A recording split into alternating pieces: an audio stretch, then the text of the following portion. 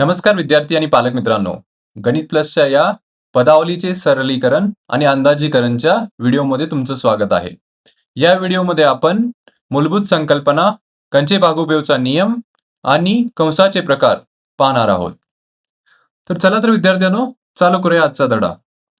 तर धड्याचं नाव आहे पदावलीचे सरलीकरण आणि अंदाजीकरण. तर पहिल्यांदा जाणून घेऊया पदावली म्हणजे काय आहे. गावाकडे आपण बघितलं असेल, बायकांच्या गळ्यामध्ये ना दागिने असतात किंवा माणसांच्या गळ्यामध्येही माळा असतात. त्या माळामध्ये कशाने बनलेल्या असतात? त्या बनलेल्या असतात छोट्या मण्यांनी, मोठ्या मण्यांनी आणि त्याच्यामध्ये सोन्याचा दागिना असतो. काही माळामध्ये देवाचं ताईत असतं. तर अशाच प्रकारे पदावली ही एक माळ आहे आणि त्या माळेमध्ये तुम्हाला गणितातल्या संख्या दिसतील आणि चिन्ह दिसतील. या चिन्हाची आणि संख्याची बनलेली एक मोठी लांबलचक माळ आहे, त्याला पदावली म्हणतात. लहान पण असू शकते, मोठी पण असू शकते. तर थोडक्यात सांगायचं म्हणलं, चिन्ह आणि संख्यांची माळ याला पदावली म्हणते. जसं एक उदाहरण घेऊया. तर 2 अधिक 3 गुणिले 4 अधिक 5 ही झाली पदावली. याच्यामध्ये तुम्हाला संख्या दिसतील आणि गणिती चिन्हे आहेत. नुसती मी 2 अधिक 3 लिहिलं तर ही छोटी सुद्धा ही एक पदावली आहे. अशाच प्रकारे खूप साऱ्या पदावलीची उदाहरणे लिहिता येतात. 3 गुणिले 2 गोल कंसामध्ये अधिक 2 ही पण एक पदावलीचं उदाहरण आहे. तर मी जसं म्हणलं, तर पदावलीमध्ये चिन्हे असतात. तर तुम्ही म्हणसाल चिन्हे कोणती कोणती असतात? यामध्ये असतात अंकगणिताची 4 चिन्ह: गुणिले, भागिले, बेरीज आणि वजाबाकी. त्याच्यानंतर असतात कंस. कंस हे 4 प्रकारचे आहेत. एक तर रेघीय कंस, त्याच्यानंतर आहे गोल कंस, त्याच्यानंतर आहे चौकटी कंस आणि त्याच्यानंतर आहे महिरपी कंस. यानंतर चले असू शकतात. एखादी गोष्ट आपल्याला माहित नसते तेव्हा आपण त्याला एक चल मानतो. जसं की x झालं किंवा y झालं किंवा अ झालं किंवा ब झालं. अशा प्रकारे ही मुळाक्षरे आपण चल म्हणून मानतो. ते पण तुमच्या पदावलीमध्ये येऊ शकतात. या व्यतिरिक्त इतर काही चिन्ह आहेत ती पण येतात. ती चिन्ह आहेत ती शेकडेवारीचं चिन्ह आहे, च, चा, ची आहे, हे चिन्ह येतात.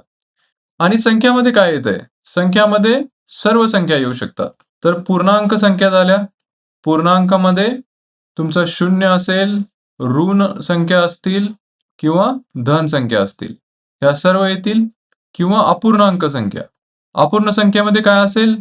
तर तुमचे दशांश अपूर्णांक येऊ शकतात किंवा व्यवहारी अपूर्णांक येऊ शकतात.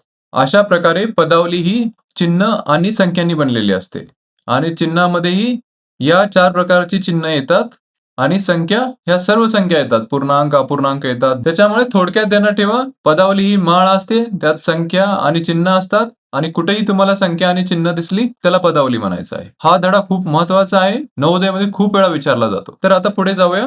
आता पाहूया या पदावलींचा दैनंदिन जीवनामध्ये काय उपयोग आहे किंवा या पदावल्या कुठनं येतात. समजा तुम्ही बाजारात जात आहात आणि तुम्हाला तुमच्या वडिलांनी 5 रुपयाची नोट दिली आणि तुम्ही बाजारातून जाऊन वह्या आणि पेन खरेदी केले. तुम्ही काय केलं की 30 रुपयाच्या 4 वह्या खरेदी केल्या, 10 रुपयाचे 5 पेन खरेदी केले आणि आता तुम्ही दुकानदाराला 5 रुपयाची नोट दिली. तर आता तुम्हाला प्रश्न पडला की आता दुकानदार तुम्हाला किती पैसे माघारी देईल. तर हे काढण्यासाठी तुम्ही एक पदावली सोडवता. तर ती पदावली आपण आता बनवूया. तर पहिल्यांदा काय करूया, गणितात दिलेली माहिती जशी आहे तशी खाली लिहून घेऊया. आपल्याला माहिती दिली आहे वडिलांनी दिलेले पैसे आहेत 5 रुपये. त्याच्यानंतर वह्यांची किंमत आहे 30 रुपये. वह्यांची संख्या आहे 4. यानंतर पेनाची किंमत आहे 10 रुपये आणि पेनाची संख्या, खरेदी केलेल्या पेनाची संख्या किती आहे? ती आहे 5. तर आता आपल्याला काय काढायचंय? माघारी मिळणारे पैसे किती आहेत. याला काढण्यासाठी आपण आता काय करणार आहोत? 5 रुपये आपण दुकानदाराला दिले होते, त्यातून वह्यांची किंमत म्हणजे 4 वह्यांची किंमत आणि 5 पेनांची किंमत ही वजा करणार आहोत. 4 वह्यांची किंमत किती होईल? 4 गुणिले 30 वजा पेनांची किंमत, 5 पेनांची किंमत किती होईल? 5 गुणिले 10. तरी अशा प्रकारे ही पदावली झाली आपल्याला माघारी मिळणाऱ्या पैशांसाठी. तर याला सोडवलं तर आपल्याला माघारी मिळणारे पैसे हे मिळून जातील.